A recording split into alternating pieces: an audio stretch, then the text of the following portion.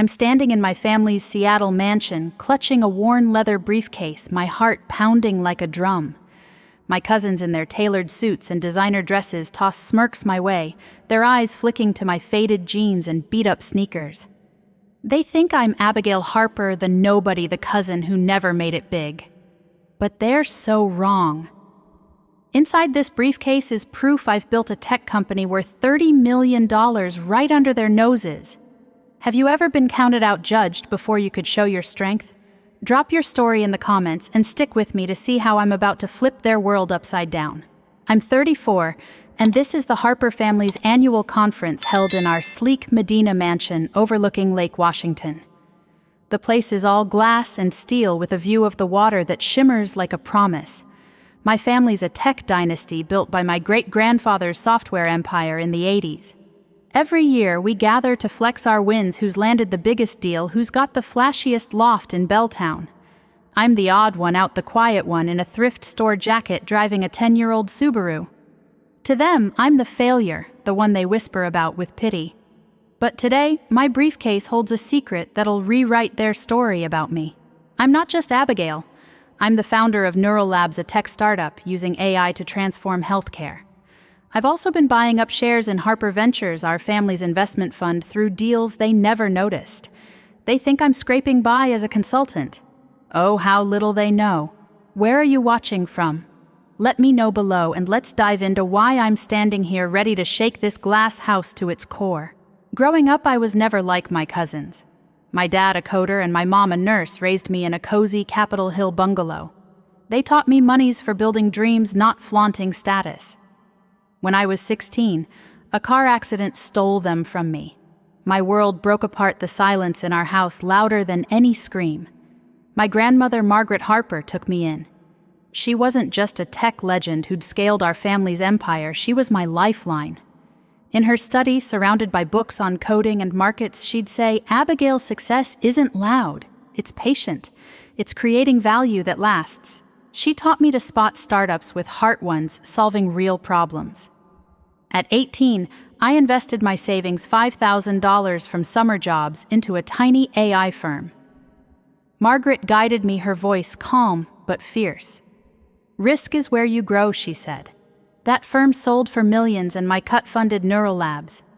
While my cousins Lydia and Ethan chased clout, I coded late nights in my dorm building something real. Margaret's lessons were my map: live, simply think big, stay unseen until you're unstoppable. Lydia and Ethan grew up in a different world. Their dad, my Uncle James, runs Harper Ventures and lives for control. Lydia's a marketing exec who brags about her Fremont loft and her networking parties, but her deals lean on James's name. Ethan's a self-styled influencer, his ex posts full of yacht trips and Rolex flexes, though his startups keep flopping. They got trust funds and corner offices. I got Margaret's wisdom and a used Subaru. Every conference I share vague updates about consulting, letting them laugh.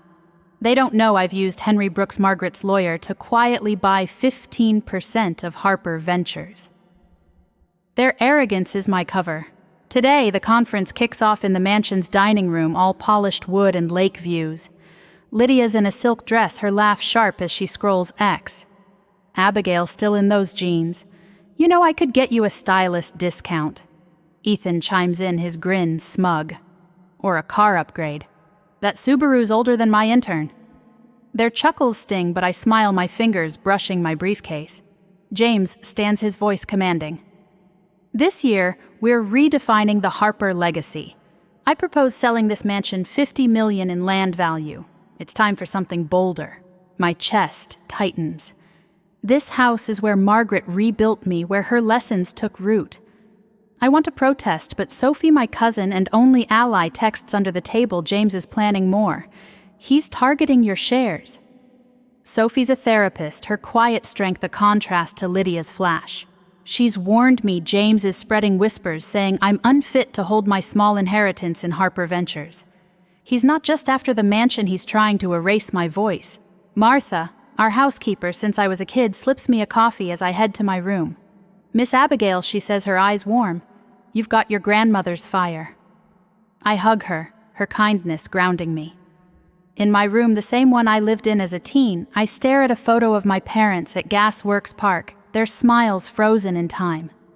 This mansion, this legacy is mine as much as James's.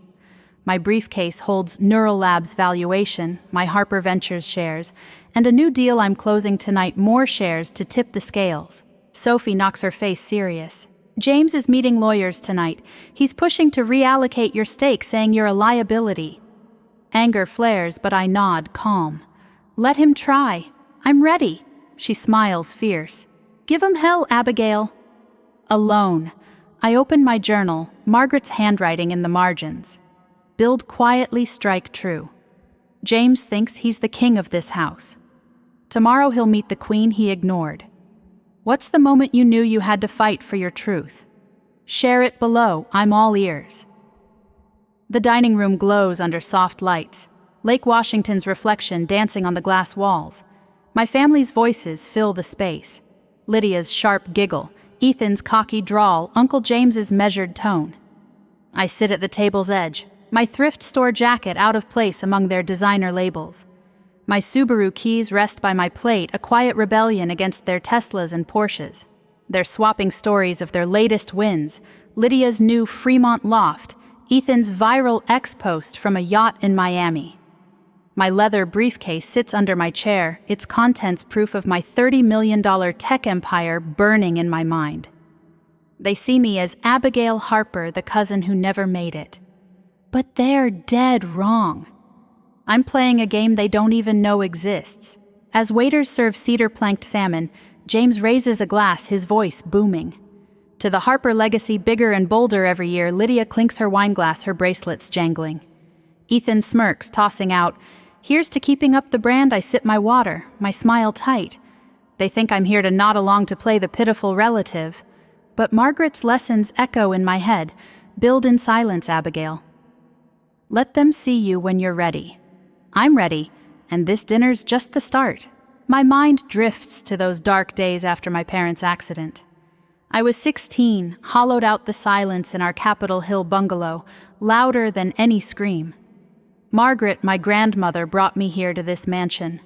Her study became my sanctuary, books on coding, venture capital, reports, her voice steady as she taught me. Abigail, she'd say, leaning over a laptop, the world chases flash, but value endures. Find startups that solve problems, not ones that make noise. At 18, I took her advice, investing my summer job savings, $5,000, into a health tech startup. She guided me, her eyes bright. Risk is your teacher, she said. That deal paid off big, giving me the seed money for NeuralLabs, my AI company. While I coded and invested my cousin's chaste status, Lydia, propped up by James's connections, landed a marketing job and a trust fund she burned on designer clothes. Ethan's entrepreneurship was a string of failed apps funded by family money. They got penthouses and private jets.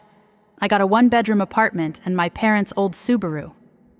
Every penny I saved went into NeuralLabs or buying Harper Ventures shares through shell companies, with Henry Brooks, Margaret's lawyer, shielding my moves. By 28, I held 15% of the family fund. They laughed at my consulting job, never asking what I really did. Their ignorance was my power. Back at the table, Lydia's voice cuts through. Abigail, you're so quiet. Still stressing about that little apartment? Her smile's all teeth, her earrings catching the light. Ethan piles on, grinning. Yeah, when's the Subaru getting a trade-in? I know a guy who'd give you a deal on a used Tesla. Laughter ripples sharp and familiar. I force a calm nod. It runs fine, I say, my fingers brushing my briefcase. James's wife, Patricia, leans in, her tone syrupy. Dear James could mentor you. A Harper shouldn't live so modestly. The pity stings, but I swallow it. They've never cared to look beyond their assumptions, and that's their mistake. James clears his throat, silencing the table. Before we move to tomorrow's agenda, he says, his eyes glinting, I have a proposal. This mansion's sitting on $50 million in land. It's time to sell, build a tech hub, and brand it Harper.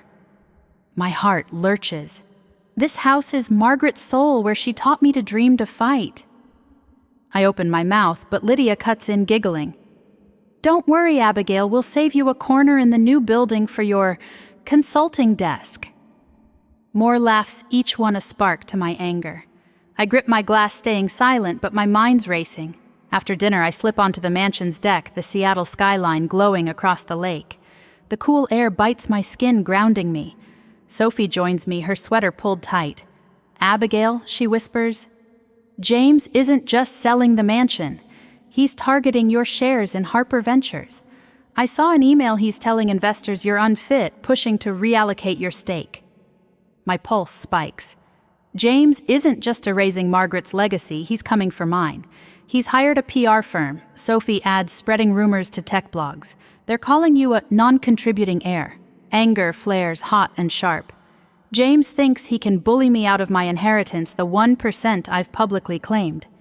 He doesn't know I've built 15% more hidden in plain sight. I think of Margaret standing right here years ago, her voice fierce.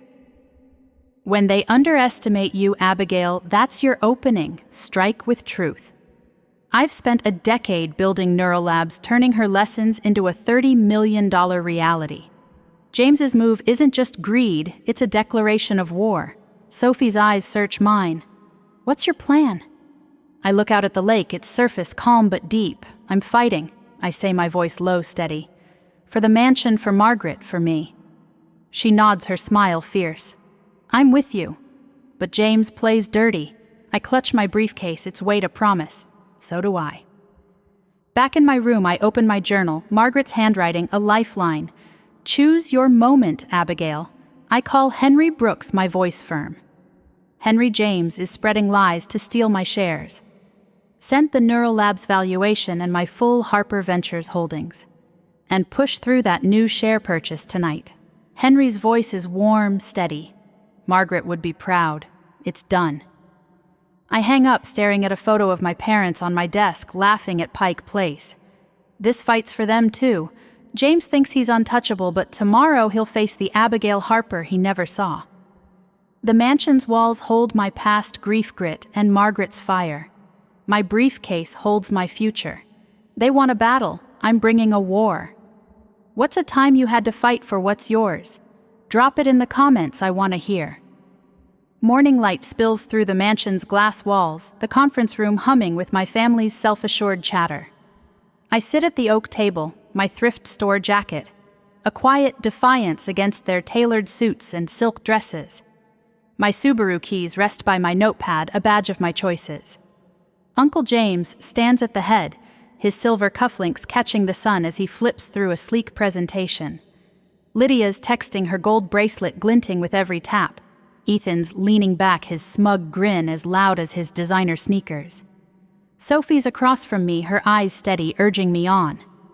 My leather briefcase waits under the table, its contents documents of my $30 million empire ready to shift the ground beneath them.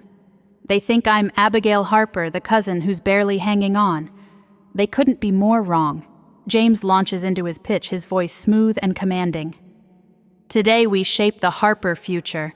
Selling this mansion will unlock $50 million to build a tech hub branded with our name.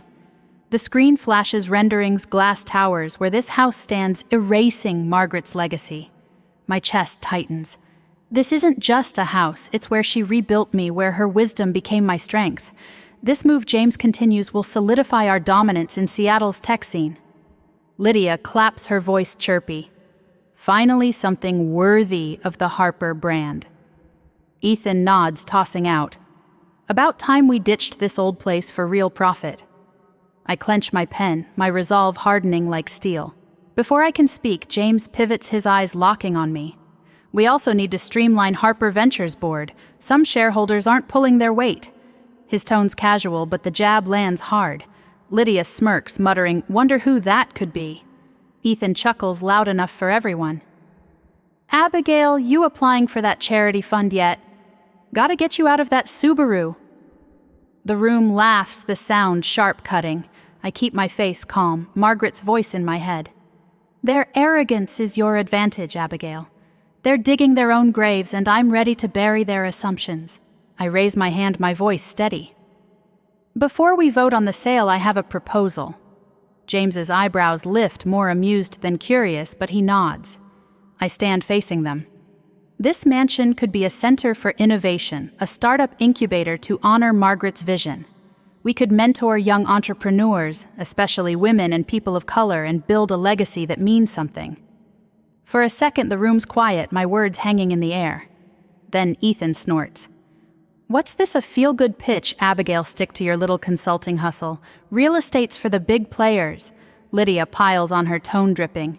"Yeah, let's not turn this place into a community project. I've got a condo in Aspen to fund."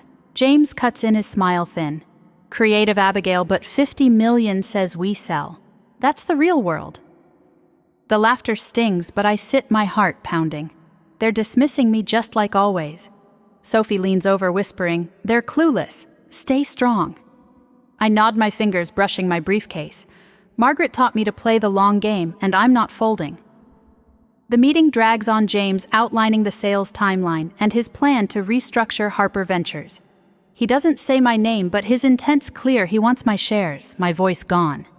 At lunch, Sophie pulls me into the hallway, her voice low. "Abigail, it's worse than I thought. James is spreading lies to investors saying you're mismanaging your stake. He's got a PR firm ready to leak it to GeekWire, framing you as a deadweight heir." My pulse spikes, anger flaring. James isn't just after the mansion, he's trying to erase me. I saw his email to the board, Sophie adds, showing her phone. It's a draft from James proposing to reallocate Abigail's shares for the family's benefit. He's calling me a liability, banking on my silence. My blood boils, but I keep my voice steady. He's playing dirty. Sophie nods, her eyes fierce. He's scared you're not as weak as he thinks. She's right. James doesn't know I've built NeuralLabs, my AI startup, into a $30 million force. He doesn't know I own 15% of Harper Ventures, bought through anonymous deals with Henry Brooks's help. His attack isn't just greed, it's a miscalculation. Margaret's words echo. "When they come for you," Abigail hit back with truth. "I'm not just saving this house, I'm reclaiming my place." I slip into my room, the lake outside glowing under the afternoon sun. My old desk holds a photo of my parents at Fremont Troll, their laughter frozen in time. I open my journal, Margaret's handwriting, a lifeline. "Choose your battles, Abigail. Win with precision." I was 19 when she showed me how to analyze a seed round her pen, circling numbers on a startup's pitch deck. "This one's got heart," she said. "That deal became NeuralLabs Foundation. Now it's my weapon." I call Henry, my voice firm. "James is leaking lies to strip my shares. Send the NeuralLabs valuation, my Harper Ventures holdings, and finalize that extra share purchase tonight." Henry's voice is calm, warm. "You're playing Margaret's game. Documents are on their way." I hang up my eyes on the lake's quiet ripples. James thinks he's cornered me, but he's walked into my trap. The meeting resumes, James pushing for a preliminary vote on the mansion sale. "It's a formality," he says, his smile smug. Hands go up, Lydia, Ethan, their allies. Sophie and I are the only holdouts, our votes drowned out. James nods, triumphant. "We'll finalize tomorrow." Ethan leans over, smirking. "Don't worry, Abigail. We'll get you a nice rental out of the deal." I force a smile, my heart racing but steady. They think they've won, but they're blind to what's coming. In my room, I spread Henry's documents across the bed.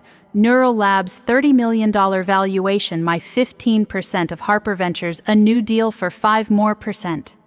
This isn't just about the mansion anymore, it's about who I am. Margaret's voice whispers, "Strike true, Abigail." Tomorrow I'll face James, Lydia, Ethan, and their smug world. They think they're untouchable. They're about to meet the Abigail Harper they never saw. What's a time you were underestimated but knew your moment was coming? Share it below, I'm listening. The conference room pulses with tension. Seattle's morning fog pressing against the glass walls. I stand at the head of the oak table, my navy jacket, sharp Margaret's pearl necklace, a steady weight against my chest. My leather briefcase lies open, its contents, documents proving my $30 million empire stacked like ammunition. Uncle James sits at the far end, his tailored suit crisp, his eyes narrow with control. Lydia's texting, her gold earrings glinting. Ethan slouched, his designer sneakers propped on a chair, smirking. Sophie's gaze locks with mine, her nod a spark of solidarity. They think I'm Abigail Harper, the cousin they can dismiss with a laugh. Oh, they're so wrong. I'm about to turn their world upside down. James kicks off, his voice smooth as glass. Today we signed the mansion sale, $50 million for a new tech hub. The Harper name will soar. He slides contracts across the table, each page promising payouts. And he adds, glancing at me, we'll finalize Harper Ventures board cleanup. Some shareholders aren't contributing. Lydia snickers, muttering, yeah, like Miss Subaru over there. Ethan laughs loud and sharp. Abigail, you signing up for that pity fund yet? Maybe get a new jacket. The room chuckles their jabs like knives. I keep my face calm, Margaret's words steadying me. Let them laugh, Abigail. Then show them. I raise my hand, my voice clear, cutting through their noise. I'd like to present my update first. James sighs, checking his watch. Fine, Abigail, keep it short. I don't wait for his approval. I step to the projector, my sneakers silent on the marble, and plug in my drive. The screen lights up with a single figure $30 million. The room goes still, the air heavy. This, I say, turning to face them, is NeuralLabs, my AI startup.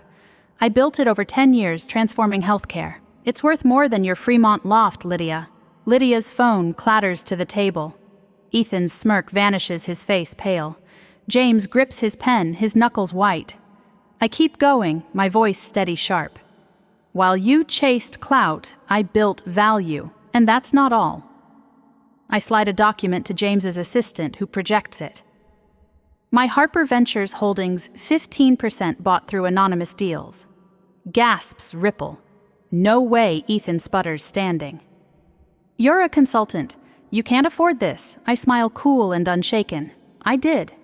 And this morning I bought 5 more percent. I now control 20% of Harper Ventures. The room explodes. Lydia's voice is shrill. This is a lie. You live in that Capitol Hill shoebox. James leans forward, his face gray. This isn't possible. We'd have known. I meet his gaze, unflinching. You didn't because you never looked. You saw my Subaru, my jeans, and assumed I was nothing. Margaret taught me to build, not flaunt. I pull out another document, sliding it to James. And your lies about my incompetence. I have your emails to the PR firm pushing to steal my shares. His jaw drops, the room silent. Sophie claps, her grin fierce. Game over, James. Margaret's proud. I press on, my voice ringing. Your mansion sale canceled. My shares block it. This house stays a hub for Margaret's vision, mentoring dreamers, not chasing profit. Ethan slumps, muttering, this can't be real. Lydia's eyes dart, calculating. James tries to speak, but I cut him off. You tried to erase me. You failed. The air crackles, their smug world shattered. I've won this round, but I'm not done. That afternoon, I take the fight bigger. At TechWave Seattle's massive tech conference, 2,000 people pack the auditorium, cameras flashing. James is set to speak, his ego on full display. I've worked with Henry Brooks to secure a slot. As James finishes boasting about Harper Ventures' vision, I step on stage, my jacket sharp, my voice amplified. I'm Abigail Harper, I say, the crowd hushing, and I'm here to tell the truth. I project NeuralLabs' valuation, my Harper Ventures shares, and James's emails. My uncle tried to smear me to steal my stake, but I built a $30 million company, and I'm using it to fund women-led startups to honor Margaret Harper's legacy. The crowd roars, phones recording X posts exploding. James backstage looks like he's been punched. GeekWire's headline drops, Harper heiress exposes betrayal, redefines tech legacy. I walk off, head high, the applause a wave. Back at the mansion, the fallout hits. Lydia corners me, her smile forced. Abigail, we should totally work together. My network could boost your brand. I raise an eyebrow. I'm good, Lydia. Ethan tries, his tone slick. Your AI's hot. Let's talk deals. His eyes scream greed. No thanks, I say, shutting him down. James approaches, his voice tight. Let's collaborate, Abigail. For the family. I stare him down. The family needs Margaret's values, not your schemes. Sophie pulls me aside, her laugh warm. You were unstoppable. Margaret's cheering from the stars. I smile, but it's bittersweet. I didn't want their applause, I wanted Margaret's vision alive. The mansion's safe, my empire's secure. James's lies exposed. I've honored her not with their respect, but with the truth I've built. My briefcase feels lighter, it's work done. I'm Abigail Harper, not their shadow, but a force rewriting our story. What's a moment you proved them wrong? Share it below, I'm all ears. The Seattle dusk paints the lake in shades of gold, the mansion's glass walls glowing as I stand in my old room, folding my thrift store jacket. Margaret's pearl necklace rests in its box, a quiet reminder of her strength. My leather briefcase sits on the bed now empty, its documents proof of my $30 million empire safely stored with Henry Brooks. Downstairs, my family's voices are hushed, their usual swagger dimmed after my tech wave bombshell. They thought I was Abigail Harper, the cousin who'd never amount to anything. They were so wrong. But this isn't about their shock. It's about honoring Margaret, building a legacy that lasts, and living true. The fallout from tech waves spreads like wildfire. My speech racks up 5 million views on YouTube Trends, on X with headlines screaming, "Harper heiress shakes tech world." James's smear campaign unravels, GeekWire exposes his emails branding him a relic of greedy ambition. He corners me in the mansion's foyer, his face tight, his Bentley keys gripped like a lifeline. "Abigail," he says, voice low, "let's move past this. Join Harper Ventures board. We're family." His eyes beg control, not connection. I keep my tone calm. I'm building my own way, James. One Margaret would respect. He stiffens, but I turn away, done with his power games. Lydia tries next, her smile bright as her Fremont Lofts chandelier. "Abigail, your story's huge. Let's do a collab, my ex-followers would eat it up. Her enthusiasms all show no depth." I raise an eyebrow. I'm not chasing clout, Lydia. "Thanks anyway." Ethan's smoother, his designer sneakers scuffing the floor. "Your AI's a game changer. Let's partner, my marketing could take NeuralLabs global."